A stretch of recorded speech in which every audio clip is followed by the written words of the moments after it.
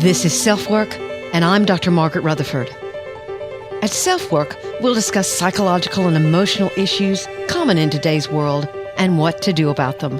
I'm Dr. Margaret, and SelfWork is a podcast dedicated to you taking just a few minutes today for your own self-work.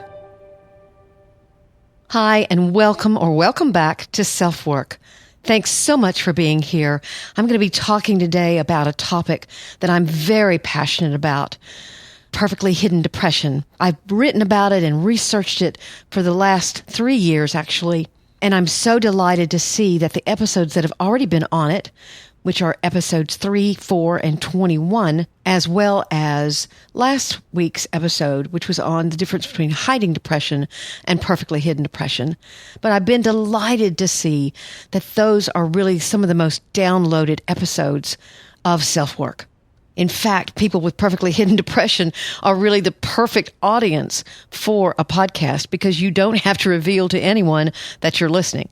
So I'm hoping that these are helpful to you.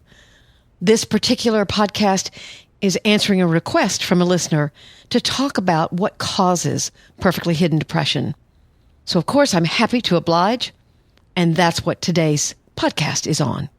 First, I'll give you a little bit of information about perfectly hidden depression, but there's a lot more on those other episodes, so if you want to go listen to those first, please feel free. I will be here. Then we're talking about the 9 paths to beginning to hide pain. Lastly, I'm going to answer an email from a listener, and this one is about building self-esteem, especially in the workplace. So again, thanks for being here, and we'll get started.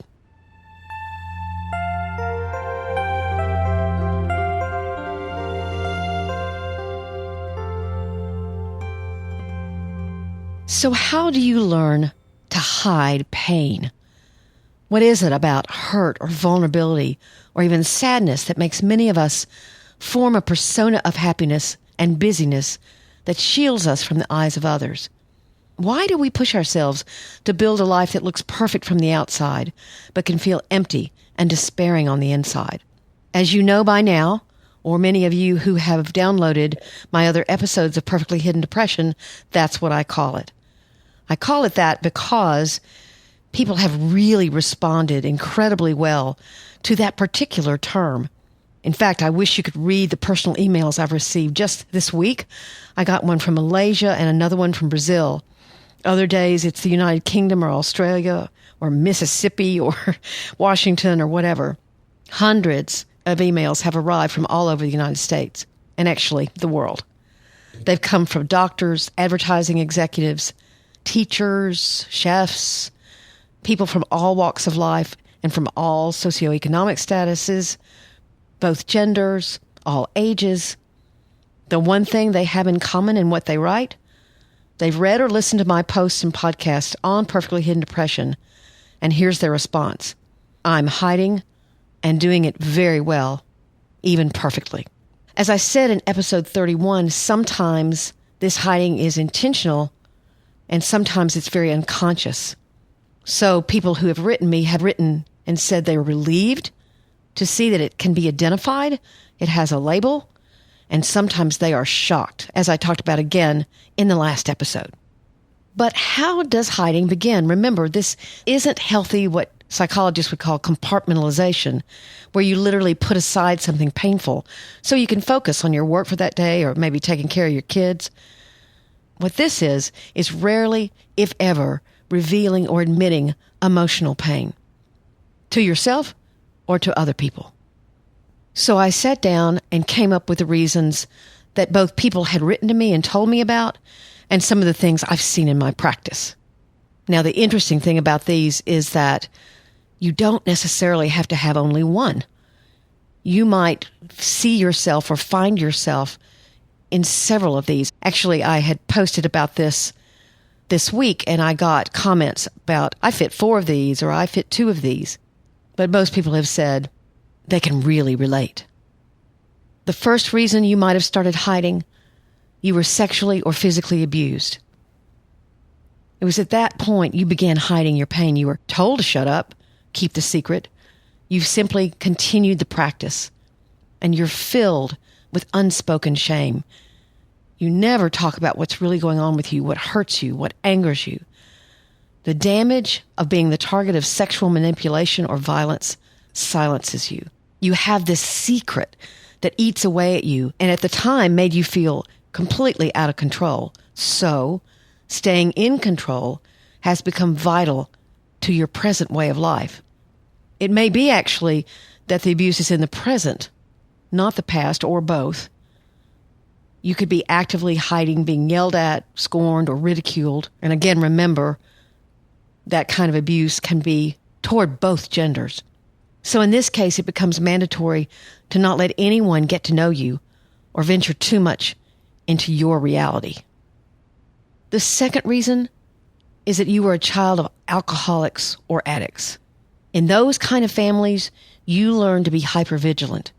You kept your feelings completely to yourself because it was far from safe to communicate them. You may have devoted yourself to school or being a great athlete or maybe a job, anything to keep you away from home. Now, children react differently in an addictive environment, but you might have become invisible to your parents to protect yourself. The less you were seen, the safer your life was. And what has happened is you stay invisible as an adult or morph yourself into who others need you to be.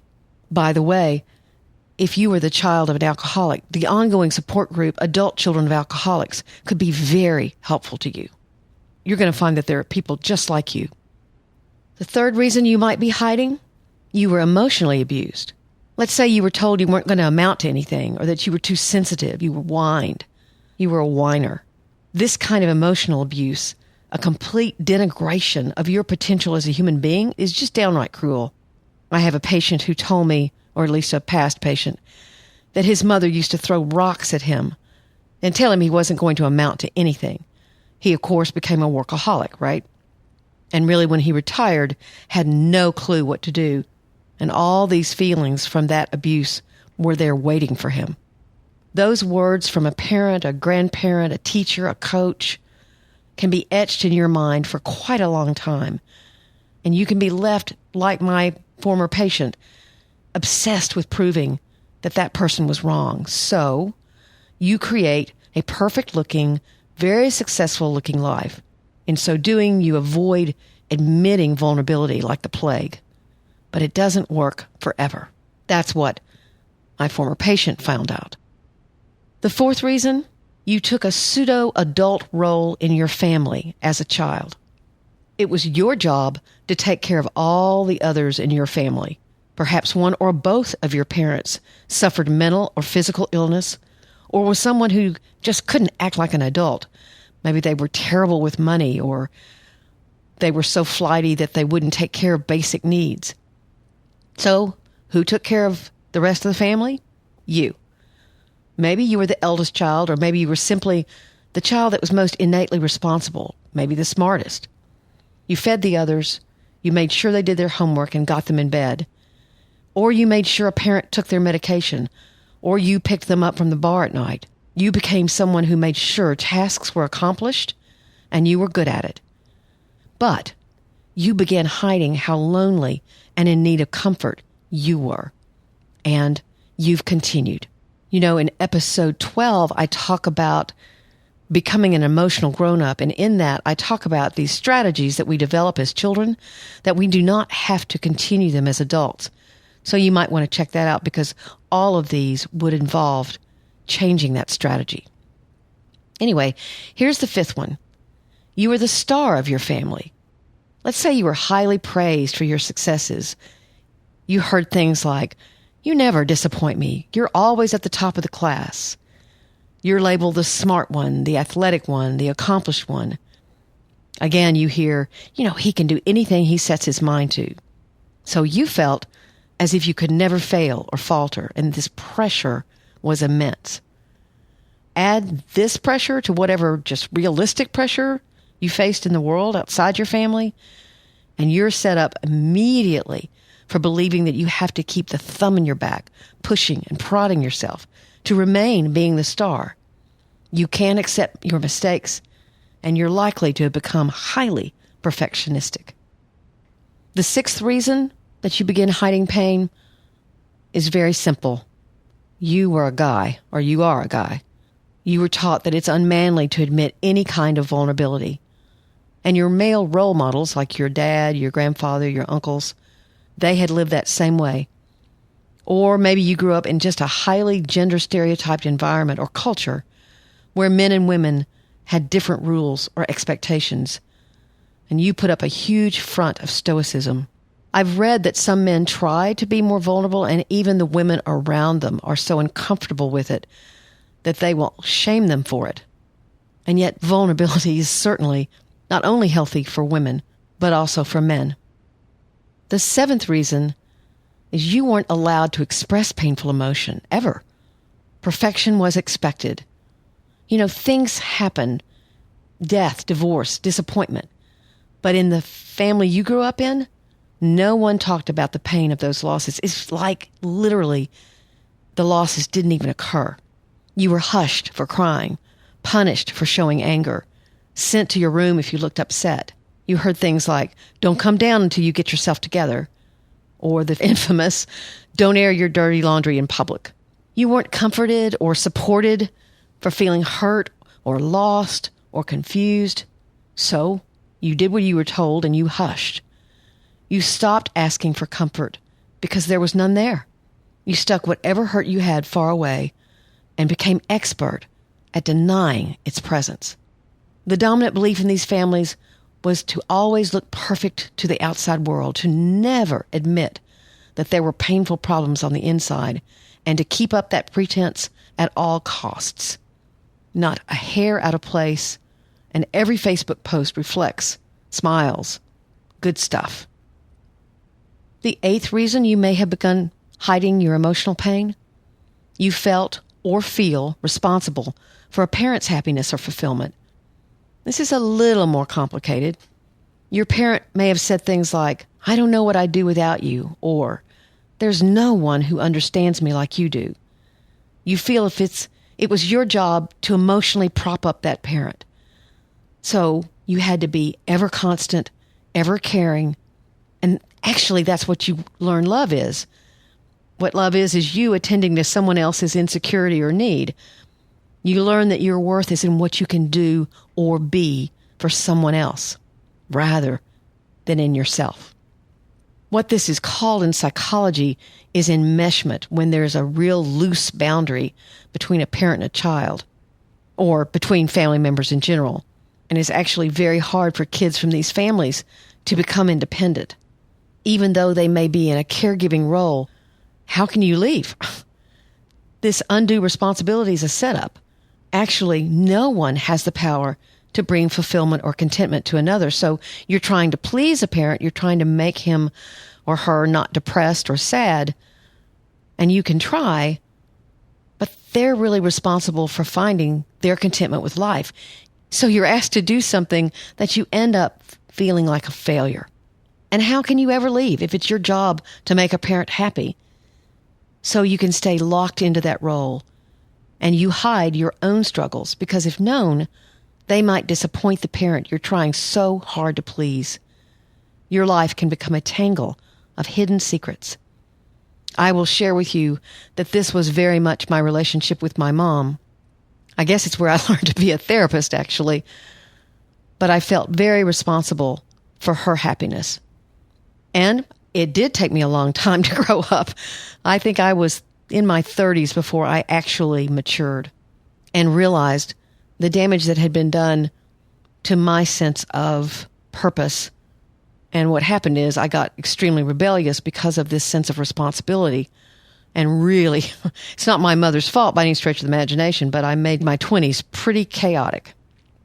But people who come from these enmeshed families, you were given a job that you never applied for. And it's difficult for that parent to allow you to go and to grow up. The ninth one is also based more on demographics. Cultural influences were important in learning that pain was to be avoided or hidden. There's a vast amount of difference between countries and cultures in what is stressed or allowed emotionally. If your ethnicity is Scottish, Chinese, Hispanic, South African, whatever region of the country where you were reared, be it the different states of the United States or other different regions of countries, regions can be extremely different. All of that could be important in shaping your response to painful emotions. So I hope that this has been helpful to try to trace back and learn, why do I avoid pain? Why do I feel so uncomfortable telling someone that I'm embarrassed or that I'm disappointed or that I'm frustrated or that I'm angry? Why is it so hard? And if any of these or a group of these you can identify with, perhaps you can start looking at that strategy for how you coped as a child and begin to understand that you can change it as an adult. Again, episode 12 is about becoming an emotional grown-up. And if you struggle with revealing vulnerability, I've got an episode for that. That's episode 20. Because we all hurt. And absolutely no one should feel like they have to hide.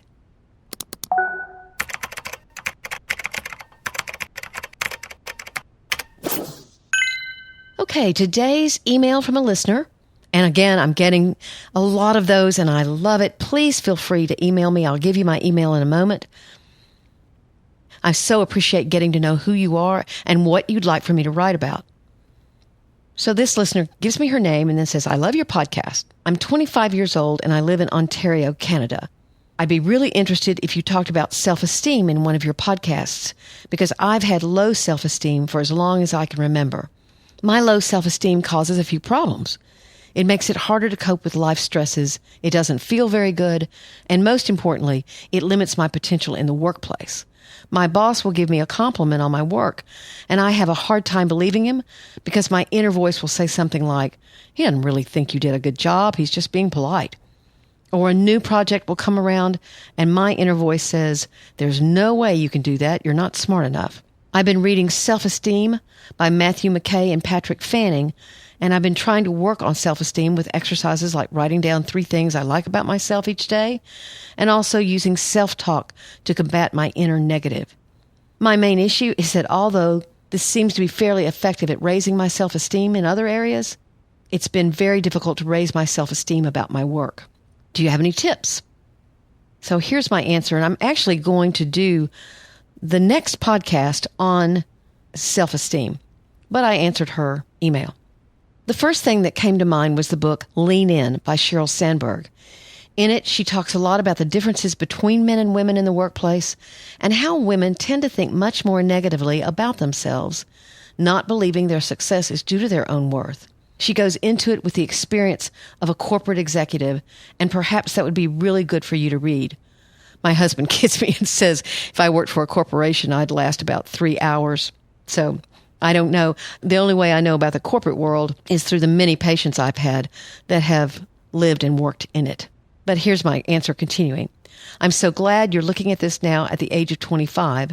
It's likely that there are some connections to your childhood, but the gender piece of it is really important to understand. I personally like to focus on competency. What can I list or identify that are things that I believe I do competently or that I am competently? Self-esteem can seem so conceptual and intangible. If you break it down to more tangible competencies, perhaps it will stick more and you can absorb it. I love the idea of doing a podcast on it and will definitely use your suggestion. I imagine there are many of you that feel good in your friendships or feel good in your home life, but you struggle at work.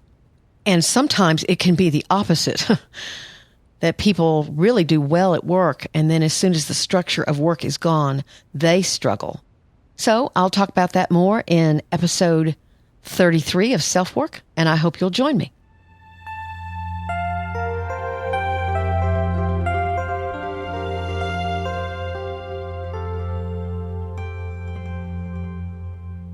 There are several ways to reach out to me if you'd like to. My website where I blog weekly is drmargaretrutherford.com, and I have a Facebook page, Dr. Margaret Rutherford, as well. I'd love to have you head over there. You can email me at askdrmargaret@drmargaretrutherford.com. And I do answer, at least this point, each email. Their emails are not so many that I don't have time to answer them. I get up early in the morning, which I love to do, and answer your emails. And of course, that is confidential. No one sees those emails but me. And if for some reason you don't want me to perhaps use it on the podcast, then just let me know and I won't. I'd love for you to give me a rating or review wherever you listen.